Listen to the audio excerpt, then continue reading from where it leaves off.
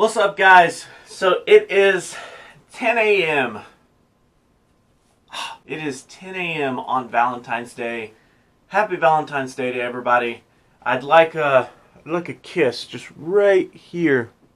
Thanks, guys. Thanks. I have, unfortunately, a ton of plans for today. Not only am I celebrating Valentine's Day with my fiance, but I have a ton of school stuff that I have to get through today. So I tried to come up with a topic that was kind of light, kind of easy to talk about. And as you can tell from the video title, we're going to talk about the top 10 Pokemon to invest in for the Twilight Cup. So naturally, as I did, this entire month basically, I've broken the categories into two different categories. Two. Shield Busters and Heavy Hitters are what I'm sticking with. So basically, I have the top 5 Shield Busters that you should invest in and the top 5 Heavy Hitters that you should invest in. Which one do you guys want to do first? Shield Busters, good, thanks. Okay, so number 5 actually goes to someone quite controversial. That is Toxicroak. Now, I know most people are going to be like, oh, Toxicroak should be number 1. Well, here's my reasoning for this. He is not the best Shield Buster. He is not the best heavy hitter by any means. But I do think he is the most important one to invest in this league, period. But for the purpose of today's video, the best 5 Shield Busters you should invest in, Toxicroak definitely falls on the Shield Buster side, and he is not the fastest Shield Buster that there is. So that's why he only ranks in at number 5. But in all honesty, I think he's probably the most valuable Pokemon in this league. Unless you're just going for something completely anti-meta and you don't even take Toxicroak, which, God, that would be an amazing, amazing thing. I might have to try that. Unless you're doing that, though, I think that you should definitely spend some time to invest in your Toxicroak because it'll definitely be worth it. Next, we actually have, at number 4, Frostlass. Now, Frostlass actually does quite a good job at being a Shield Buster, and it's a 50,000 Stardust cost and a 50 candy cost for the new move, which really brings it down on the list. I also forgot to mention Toxicroak is also 50 and 50, so that's kind of steep. Although they are really good to invest in, they're definitely the steeper of the list. I mean, they're good at what they do. Frostlass having access to Ice moves and Ghost moves, it really sets you up to cover the ground typings that are going to counter your poisons, and also the Ghost moves to counter the Ghost type Pokemon that may happen to appear but probably won't. Number 3 on the list is actually very similar, Golbat. So Golbat is a very interesting Pokemon because he is, in my opinion, probably one of the best counters towards Toxicroak. He's definitely not the best counter, but he's one of the best counters. So I would definitely consider Venomoth the best counter. Venomoth and Dustox, depending on which side of that you're on. Venomoth does have more attack. Dustox does have more bulk. The winged moth insects are definitely better for Toxicroak than Golbat, but Golbat does a really, really good job at covering Toxicroak with its flying type moves and also covering the ghost type Pokemon with its ghost type move Shadow Ball, and it also has access to a poison type move to help cover the fairies and other things that are weak to poison. So I think Golbat is definitely a more worthwhile investment than Frostlass.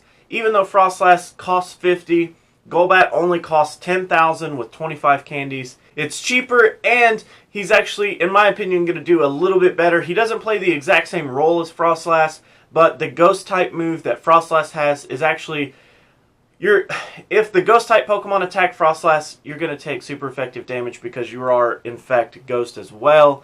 Golbat, on the other hand, is not Ghost. He is only poison and flying. Number 2 is actually going to be Beedrill. So Beedrill was brought to my attention by a commenter in another video, and I hadn't really looked too much at Beedrill, but Beedrill actually falls really, really high on the Shield Buster side. Beedrill does really well because he has access to Poison Jab and he has access to X-Scissor, which, while being a bug move that doesn't really do a whole lot, X-Scissor only takes 35 energy to charge, and Poison Jab charging at 3.5 energy per turn. That's only 10 turns.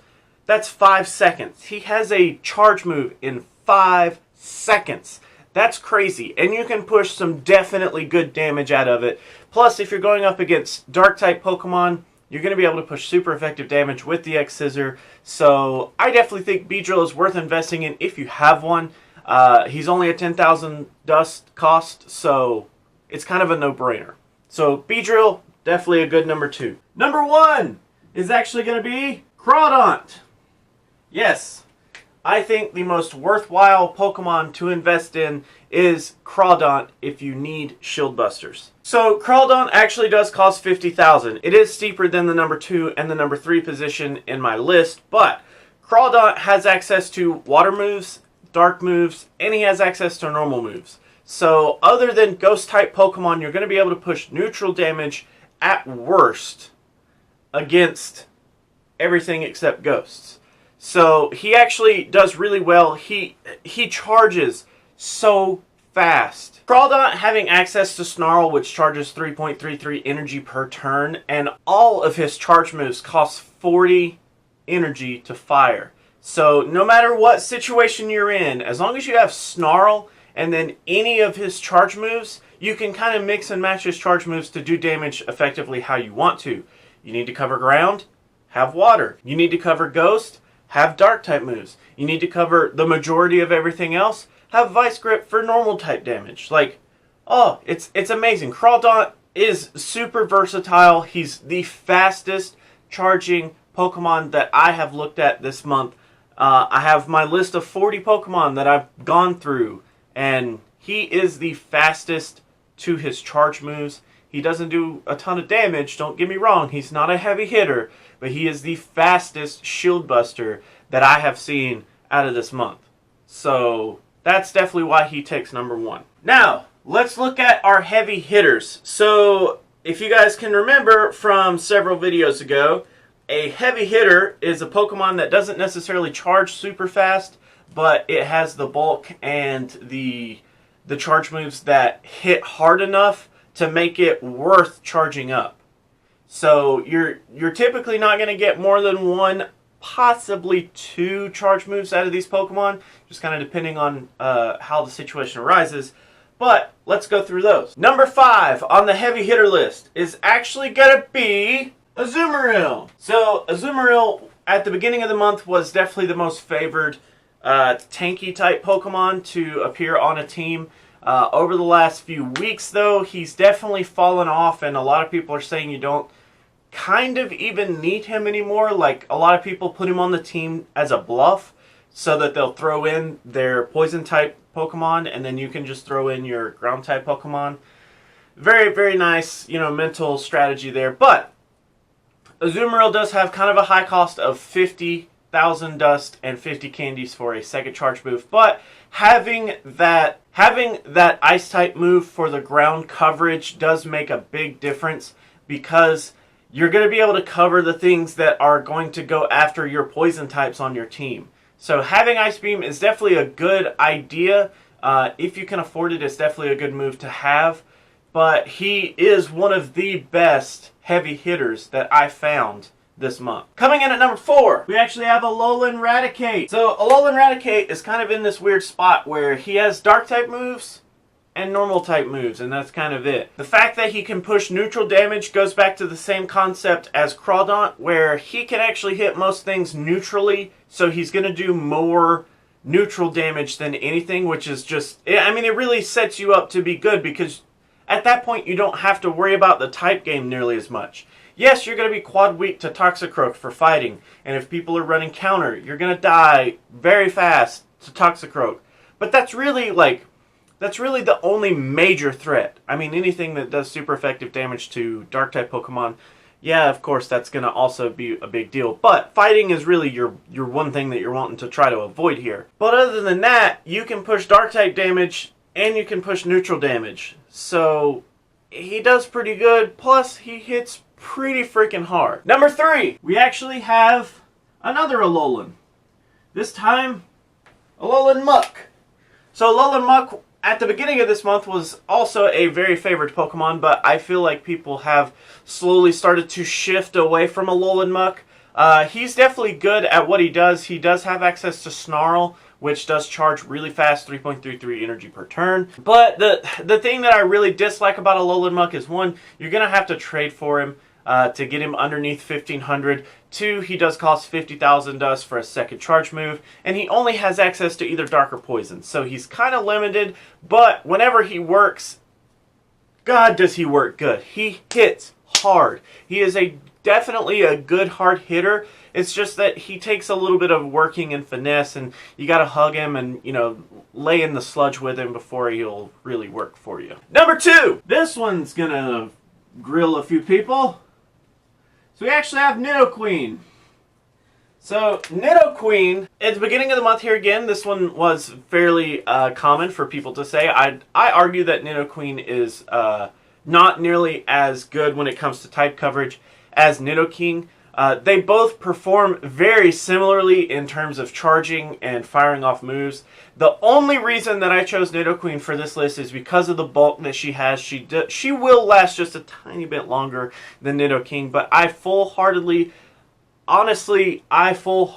feel Nidoking is a better choice when it comes to type coverage. He's a lot more open-ended, whereas Nidoqueen is a lot more tight fit, I guess. Either way, so Nidoqueen does have access to Poison Jab, which is a 3.5 energy per turn gain. And she does have Earthquake, which is one of the most devastating ground moves, if not the most devastating ground move, I think. The fact that she can get off a Poison type move and a Ground type move, plus she also has access to Dark on her fast move side. I personally would stick with Poison Jab. That's just me though. She definitely comes in as a really, really hard hitter. If you guys go back and watch the practice that I did with my brother, I think I put it out Saturday, so it's been a little while. But I actually, like, he totally didn't expect Earthquake to do as good as it did, but it definitely devastated Tentacruel. It one-shot Tentacruel, if I'm not mistaken. It could have been Skuntank. I have a horrible memory. Don't judge. So, let's move on. Number 1. What is our number 1 heavy hitter? I do believe that Tentacruel is the number 1 hitter that you should invest in. Tentacruel has access to Poison Jab, and he also has access to Water charge moves, Poison charge moves, and Ice charge moves. So the Ice one is the important one. He plays a very similar role to Azumarill here. The fact that he has Ice type moves really sets him up to cover the Ground type moves that are going to cover the Poison type Pokemon that are coming after your freaking fairies and, you know, all that stuff. So the fact that he has Ice type moves really did put him over the edge for me. I don't like Tentacruel as a Pokemon in this league. I think he's very narrow. The fact that he can cover Ground does make a lot more sense. The fact that he has Poison Jab, he does have Sludge Wave, Sludge Bomb, one of those two as his charge move. I mean, I personally don't like having, unless it's just a super narrow Pokemon, I personally would rather have the most type coverage that I could. So I would probably do Poison, Water, and Ice. Hydro Pump does really, really good. It's a hard-hitting move. You should definitely go back and watch another look at the Twilight Cup and a couple of the videos where I do PvP practice with my brother. Those videos I kind of talk a little bit about my strategy with Shield Busters and Heavy Hitters and why I think that those are a good idea to invest in. But that is actually going to be it for this Valentine's Day, guys. Thank you guys so much for watching. I hope you guys have a lovely time with your significant other. If you don't have a significant other, then, I don't know, have a good time with yourself. Is that advertiser friendly? Anyways, thank you guys so much for watching. I really do hope you enjoyed it. If you like to like videos, make sure you do that. If you don't, you can be that guy. Otherwise, let me know what you have to say down in the comments below. We'll argue about it like I do with most of my Twilight Cup videos. So, hey, see you tomorrow.